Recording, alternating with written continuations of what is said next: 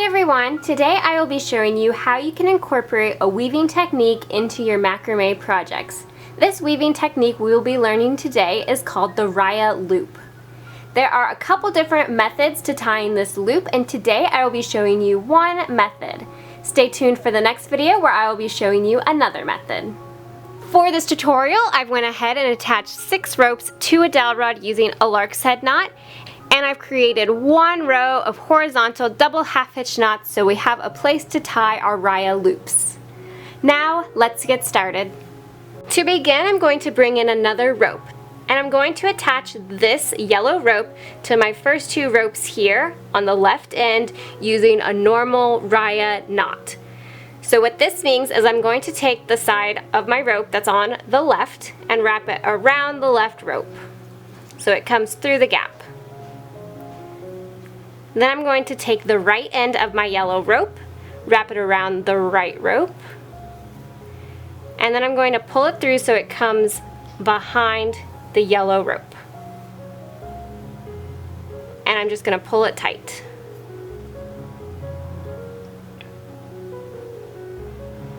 This end here, where you can kind of swing it around, it's going to get tucked in at the end.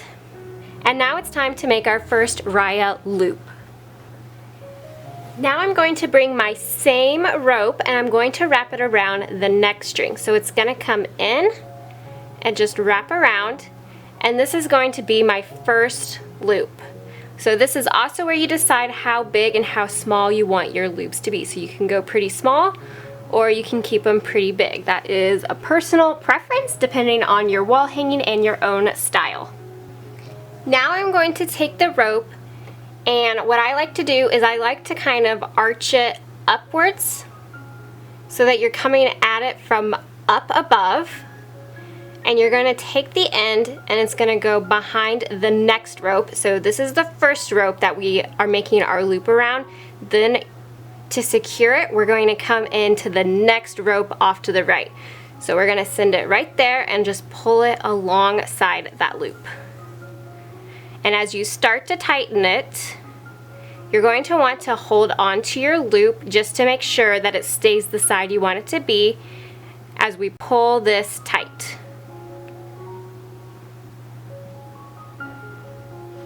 Okay, so our loop is right between 2 sections of our filler cords. Let's do it again. So I'm going to once again take the end of my yellow rope and I'm going to send it around, and this is where you can decide how big you want your loop to be. So I'm going to make mine about the same size as my previous loop.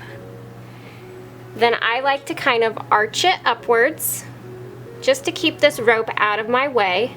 And now I take the end of that same rope to wrap around the next filler cord. So it's just coming from behind to go through the center.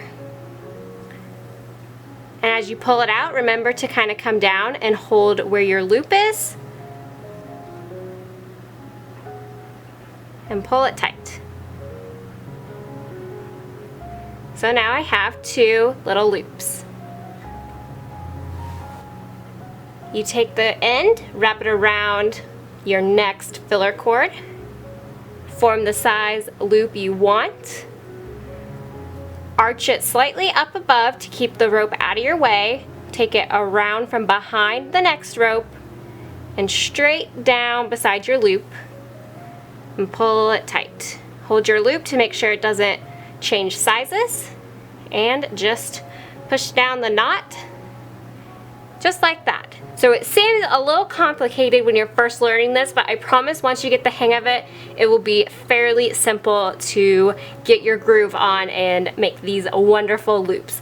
So this is just really fun for adding a different kind of texture to your work. You can use this to add pops of color, and it's also a different way that you can kind of add that fringe as well.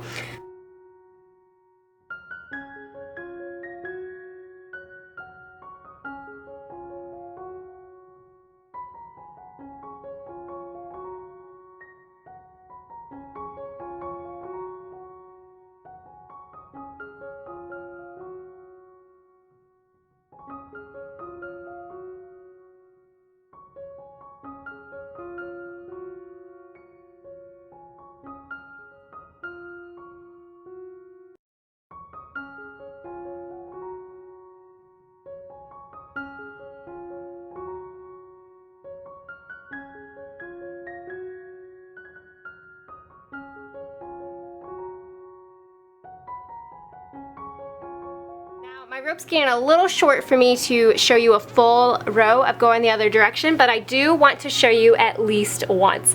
So what I'm going to do is I'm actually going to skip the very first rope here so that I can use the next two as a grouping. And the reason I'm doing this is if I just stick with the same groupings of two the whole time, you're going to see very distinct rows. Your loops will cover this a little bit, but I kind of like to pull my ropes together at some point just to make it a little more secure. So to do this, I'm just going to send this around the first one from behind, just like that, get it out of my way. And then I'm going to make these loops the same way I did before. Then I'm going to go around the next one, so I come in through kind of the center, behind, and around, and this is where you form the size of your loop. Then I'm going to arch it upwards to keep the rope out of my way as I come from behind and through. Hold my loop to keep it the size I wanted it to be, and then kind of pull it down just like that. And this is the first method of tying Rya loops. In my next video, I will be showing you another method to tying these loops where each loop will go around each individual filler cord. So make sure you're on the lookout for that video. And otherwise, the last step to this project is just tucking in your ends. So what you would do is you would turn your project around and you'll notice that you're forming these nice loops. So if you do multiple rows like I did on this side, you'll have multiple loops. All you do is you'll take the ends and you're just gonna tuck them up and through those loops and then trim off any excess. So it is just tucking them in to hide them and trimming them to keep them hidden. So I hope you guys found this video helpful and inspiring, and thank you so much for watching.